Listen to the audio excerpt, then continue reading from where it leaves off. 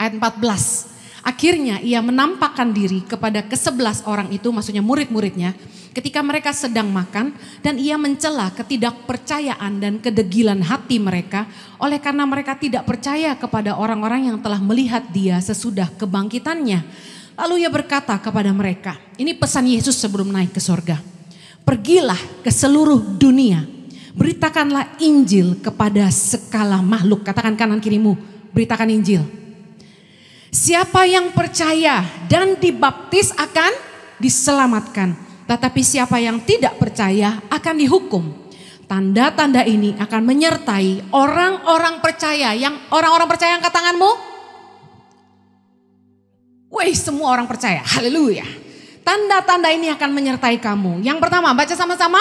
Mereka akan mengusir setan-setan demi namaku. Sampai situ dulu. Katakan kanan kirimu, kalau mau ngusir setan jangan panggil pendeta. Kamu bisa, ayo. Ayo. Harus percaya. Katakan saya diberi kuasa untuk mengusir setan. 3, 2, 1. Mereka akan berbicara dalam bahasa-bahasa yang baru bagi mereka. Bahasa roh maksudnya. Mereka akan memegang ular. Yang suka pegang ular angkat tangan. Tapi saya mau bilang ini, ayat ini bukan berarti Anda sengaja cari ular dan Anda pegang. Nanti Anda dipatuk dan mati. Dan jangan kecewa sama Tuhan ya. Sekalipun mereka minum racun maut, mereka tidak akan mendapat celaka. Jangan juga cari racun dan minum untuk menguji ayat ini. Jangan mencobai Tuhan. Katakan kanan kirimu, jangan mencobai Tuhan. Amin. Dan mereka akan meletakkan tangannya atas orang sakit dan orang itu akan sembuh. Berapa banyak orang percaya yang percaya kalau kamu menumpangkan tangan atas orang sakit mereka sembuh. Angkat tanganmu. Katakan aku punya kuasa untuk mengusir setan dan menyembuhkan orang yang sakit di dalam nama Yesus. Ayat 19 kita baca sama-sama. Sesudah Tuhan Yesus berbicara demikian kepada mereka, terangkatlah ia ke sorga lalu duduk di sebelah kanan Allah Bapa. Gambarannya kurang lebih seperti ini. Dikatakan di ayat ini bahwa ketika Yesus terangkat ke sorga, ia duduk di sebelah kanan Allah Bapa. Dalam beberapa ayat dikatakan juga dalam Matius 26 ayat 64, Markus 14 ayat 62, Markus 16 ayat 19, Lukas 22 ayat 69. Yesus yang naik ke sorga duduk di sebelah kanan tahta Allah Bapa. Yang percaya katakan amin. Nah saya mau bilang ini, inilah yang membuat tahta Allah Bapa menjadi tahta kasih karunia bagi kita. Kenapa? Mari kita lihat. Ibrani 4 ayat 14 sampai ke 16. Kita baca sama-sama. Karena kita sekarang mempunyai imam besar agung yang telah melintasi semua langit, yaitu Yesus anak Allah. Baiklah kita teguh berpegang pada pengakuan iman kita. Ayat 15. Sebab imam besar yang kita punya bukanlah imam besar yang tidak dapat turut merasakan kelemahan-kelemahan kita.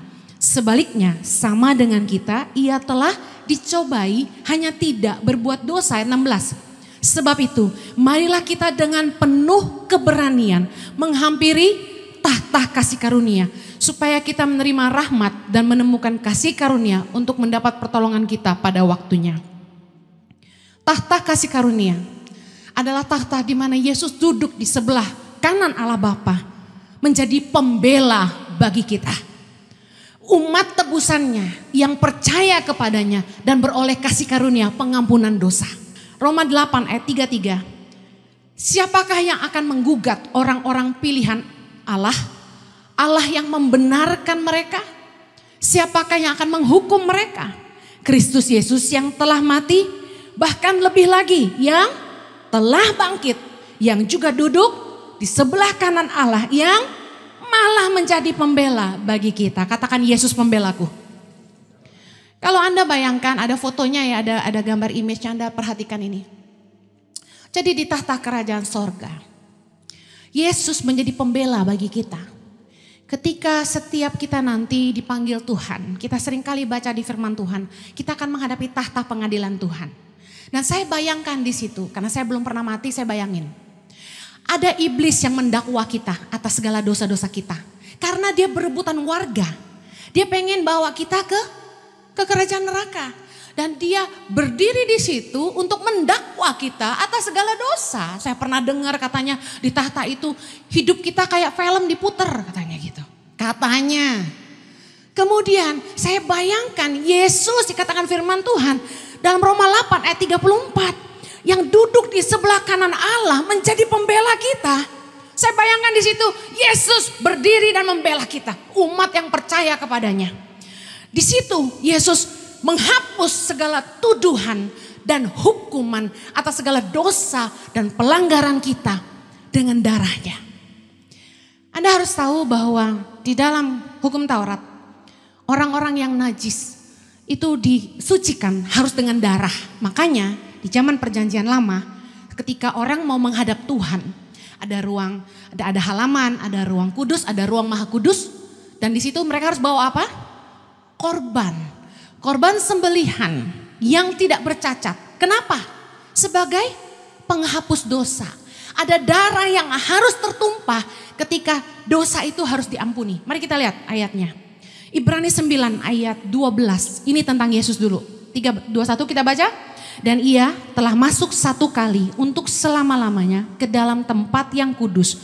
Bukan dengan membawa darah domba jantan dan darah anak lembu, tetapi dengan membawa darahnya sendiri. Dan dengan itu ia telah mendapat kelepasan yang kekal. Ayat 13. Sebab jika darah domba jantan dan darah lembu jantan dan percikan abu lembu muda menguduskan mereka yang najis sehingga mereka disucikan secara lahiriah. 14. Betapa lebihnya darah Kristus yang oleh roh yang kekal telah mempersembahkan dirinya sendiri kepada Allah sebagai persembahan yang tak bercacat, akan menyucikan hati nurani kita dari perbuatan yang sia-sia supaya kita dapat beribadah kepada Allah yang hidup. Ayat 15. Karena itu ia adalah pengantara dari suatu perjanjian yang baru supaya mereka yang telah terpanggil dapat menerima bagian kekal yang dijanjikan, sebab ia telah mati untuk menebus pelanggaran-pelanggaran yang telah dilakukan selama perjanjian pertama. Kita lompat ke ayat 22. Dan hampir segala sesuatu disucikan menurut hukum Taurat dengan apa? Darah. Dan tanpa penumpahan darah tidak ada pengampunan. Ulangi, tanpa penumpahan darah tidak ada pengampunan. Lihat, di dalam hukum Taurat semua orang yang berdosa harus membawa korban supaya ada darah yang tertumpah untuk pengampunan dosa. Dikatakan gini, Yesus menjadi pengantara dari satu perjanjian yang baru, yang artinya gini, karena Yesus telah berkorban bagi kita, kita udah gak perlu lagi pengantara kepada Bapa. Kalau di perjanjian lama, di halaman umat berkumpul mempersembahkan korban, mereka gak boleh masuk ke ruang maha suci. Yang boleh masuk cuma imam. Imam pun harus kudus, gak kudus mereka mati. Nah, sejak Yesus mengorbankan dirinya sendiri dan darahnya yang ditumpahkan untuk menebus dosa kita, pengantara kita adalah Yesus Kristus. Kita bisa datang kepada Bapa tanpa perlu menyembelih domba. Kita bisa datang kepada Bapa tanpa melalui imam-imam. Kita bisa datang kepada Bapa tanpa harus mengakui dosa di bilik yang kecil. Karena darah Yesus telah tertumpah bagi kita supaya kita bisa menghadap kepada Allah dengan penyucian oleh darahnya sendiri. Kita dilayakkan menghadap Bapa dan beroleh anugerah untuk datang ke depan tahta kasih karunia. Bayangkan sebelum Yesus naik ke sorga di tahta Allah Bapa, itu perjanjian lama, hukum Taurat. Tapi berkat Yesus yang telah mati mengorbankan dirinya bagi kita dan dia naik ke sorga, mengubah tahta itu menjadi tahta kasih karunia bagi kita.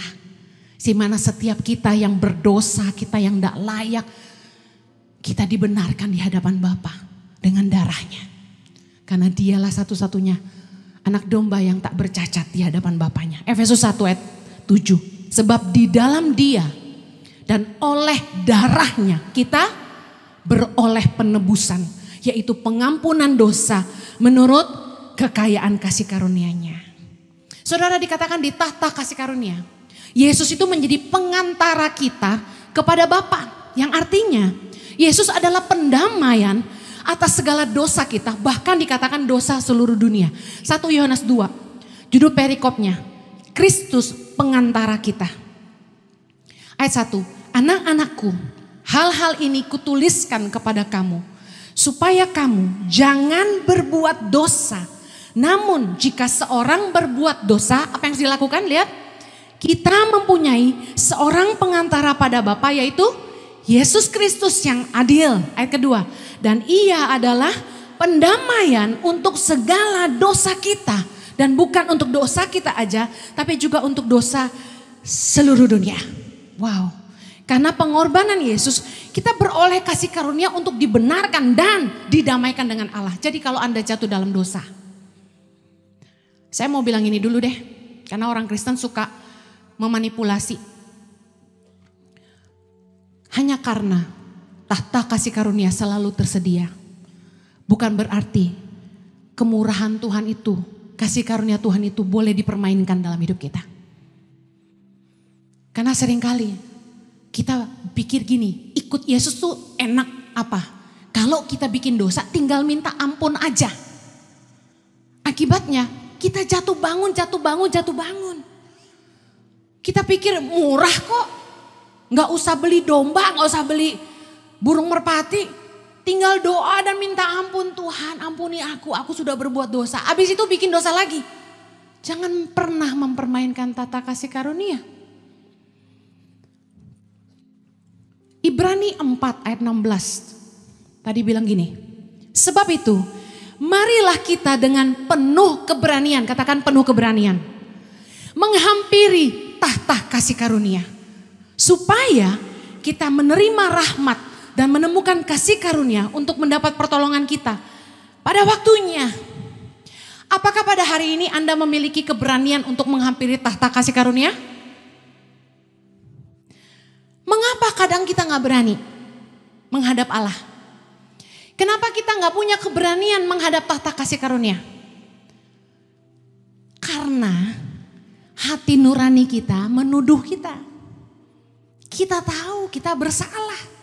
Kita hidup dalam dosa, kita hidup dalam kemunafikan. Kita berjalan dalam kegelapan. Makanya hati nurani kita ini menuduh kita. Kita gak punya keberanian untuk datang sama Tuhan. Sekali kita hidup dalam dosa, kelihatannya gampang tinggal minta maaf aja. Tapi habis itu lama-lama rohmu mati. Dan jangankan menghampiri tahta kasih karunia. Saya rasa berdoa pun udah gak tahu mau bilang apa. Ya apa ya? Jangan ada dusta di antara kita. 1 Yohanes 3. Judul perikopnya, keyakinan di hadapan Allah. Ayat 21. Baca sama-sama yuk. Saudara-saudaraku yang kekasih. Jikalau hati kita tidak menuduh kita, maka kita mempunyai keberanian percaya untuk mendekati Allah. Ayat 22. Dan apa saja yang kita minta, kita memperolehnya daripadanya. Karena kita menuruti segala perintahnya dan berbuat apa yang berkenan kepadanya. Nah, ayat 24 bilang gini, barang siapa menuruti segala perintahnya, ia diam di dalam Allah dan Allah di dalam dia. Demikianlah kita ketahui bahwa Allah di dalam kita itu roh yang telah ia karuniakan kepada kita. Dengar, kenapa kita gak punya keberanian untuk menghampiri tahta kasih karunia? Kita balik ayat 22. Karena kita gak menuruti perintahnya. Dan kita berbuat apa yang tidak berkenan kepadanya. Baca coba ayat 22.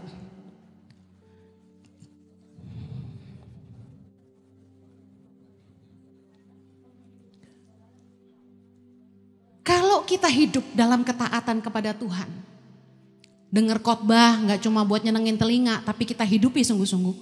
Saya yakin ayat 21, hati kita tidak menuduh kita.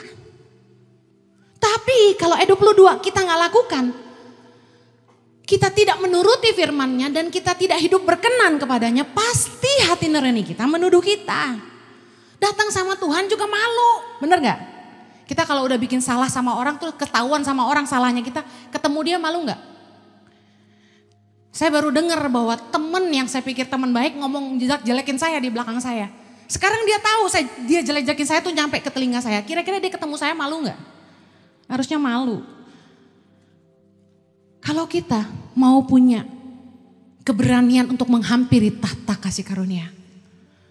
Jangan sampai hati kita menuduh kita. Mari hidup taat kepada Tuhan dan pastikan hidup kita berkenan kepada Tuhan. Apa yang bikin hidup kita gak berkenan sama Tuhan? Udah, dosa. 1 Yohanes 2 ayat 3. Dan inilah tandanya bahwa kita mengenal Allah, yaitu jikalau kita menuruti perintah-perintahnya. Tandanya orang yang kenal Tuhan sungguh-sungguh tuh gini. Dia hidup dalam ketaatan akan firman Allah. Gak ada ukuran lain. Anda jangan percaya pendeta pakai dasi. Anda jangan percaya orang-orang agamawi yang kelihatan agamawi. Yang paling rajin ke gereja, paling hafal firman Tuhan, paling rajin puasa. Saya mau kasih tahu, itu gak jaminan. Tanda orang mengenal Allah, dia hidup dalam ketaatan. Sesimpel itu. Barang siapa berkata, aku mengenal dia, tapi dia tidak menuruti perintahnya, ia adalah seorang pendusta. Dan di dalamnya tidak ada kebenaran. Sebagai orang-orang yang sudah menerima kasih karunia, pengampunan dosa dari Yesus Kristus. Dan sebagai orang-orang yang sudah mengerti kebenaran, harusnya pergumulan hidup kita itu sudah bukan lagi tentang jatuh bangun dalam dosa. Naik level dikit dong. Pemimpin, pelayan Tuhan, pengerja volunteer full time di IG, hamba-hamba Tuhan, pastors, dengar saya. Pergumulanmu harusnya sudah bukan lagi jatuh bangun dalam dosa. No. Kamu udah ngerti kebenaran dan kamu sudah mengerti kasih karunia. Pertanyaan saya, kenapa kita masih sering jatuh bangun dalam dosa? Karena kita hidup dalam kemunafikan. Kita hidup dalam kegelapan. Minggu pelayanan, Senin sampai Sabtu dalam kegelapan. Bisa? Bisa. Loh Bu Heni, emangnya bisa hidup tanpa dosa? Bisa. Ibrani 4 ayat 15. Sebab imam besar yang kita punya bukanlah imam besar yang tidak dapat turut merasakan kelemahan-kelemahan kita. Sebaliknya sama dengan kita. Siapa yang telah dicobai? Yesus. Hanya tidak berbuat dosa. Yesus itu pernah hidup sebagai manusia. Dikatakan dia turut merasakan kelemahan-kelemahan kita. Tahu nggak di asrama Putra Tangan Pengharapan, saya bikin ruang fitness supaya nggak usah bayarin anak pergi fitness. Boncos kan?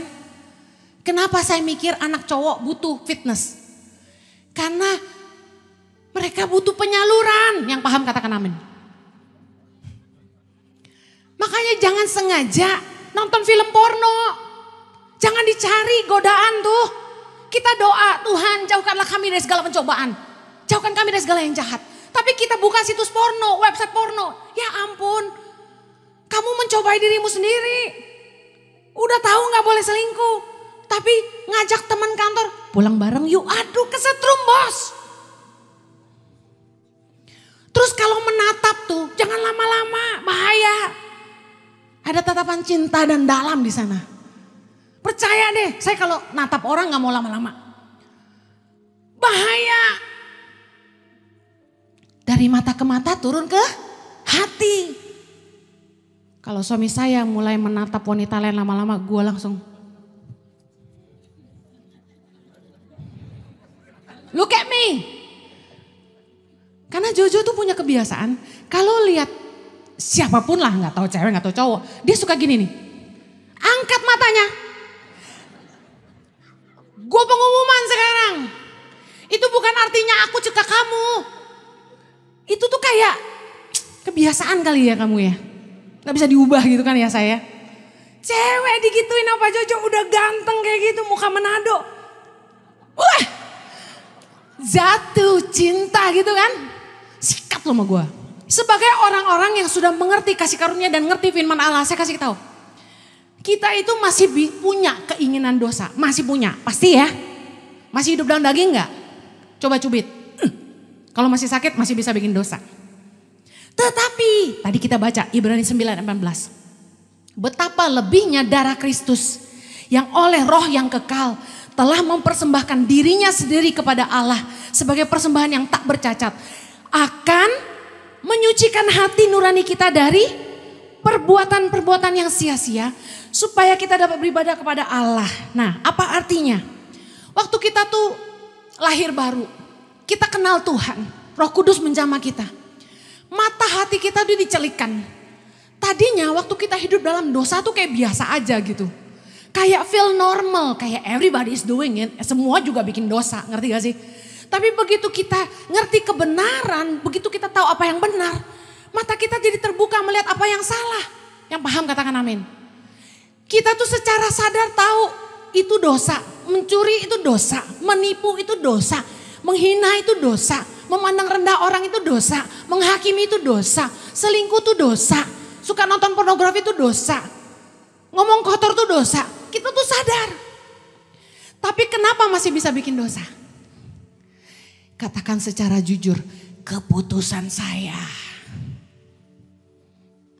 Yesus mengambil keputusan untuk tidak menajiskan dirinya. Supaya dia bisa jadi korban yang tanpa cacat bagi kita. Amen. Katakan saya harus secara sadar menghindari dosa. 3 dosa tuh. Jangan malah datangin dosa. Setiap kita tuh punya kelemahan. Anda bukan superwoman, Anda bukan superman. Karena gak ada yang pakai pakaian dalam di luar. Dengar, jangan sok kuat. Superman aja punya kelemahan. Apa kelemahan Superman? Kryptonite. Kalau Anda, si Kitty, si Tony. Kelemahan Anda tuh dijauhin. Jangan suka WA pacar lama.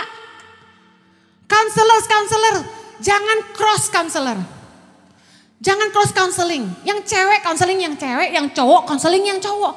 Banyak wanita-wanita lebih suka konseling sama suami saya. Saya kasih tahu rahasia. Empati dia tuh rendah. Kamu nangis dia gak peduli. Udah perasaan gue udah mati. Karena udah biasa.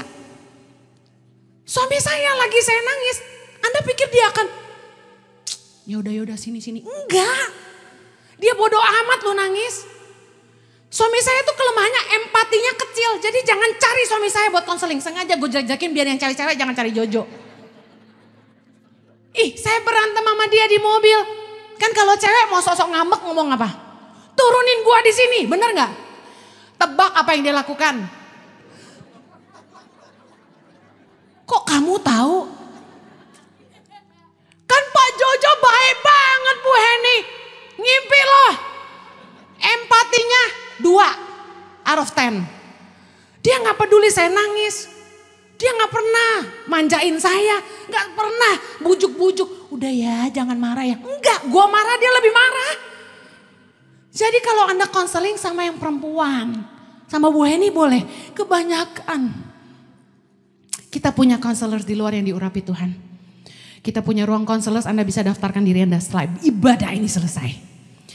Well, kita tuh kalau udah ngerti kebenarannya dan kita sadar bahwa kita udah terima kasih karunia Tuhan.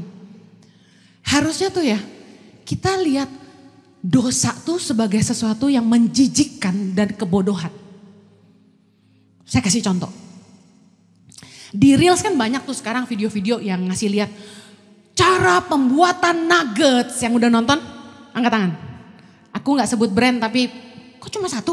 Yang nonton Reels pembuatan nugget angkat tangan. Mak-mak. Mak-mak parah. Anda harus nonton. Abis ini pulang cari di Reels pembuatan nugget. Jangan sekarang. Begitu saya lihat. Oh my God. Jijik banget. Saya sama Chloe paling suka nugget. Out of anything kita kalau makan belinya nugget. You like it too? Same here. Anak kecil responsif, gue demen. Dengar. Terus saya kalau lapar kadang-kadang suka di jalan tuh suka beli chips gitu. Potato chips.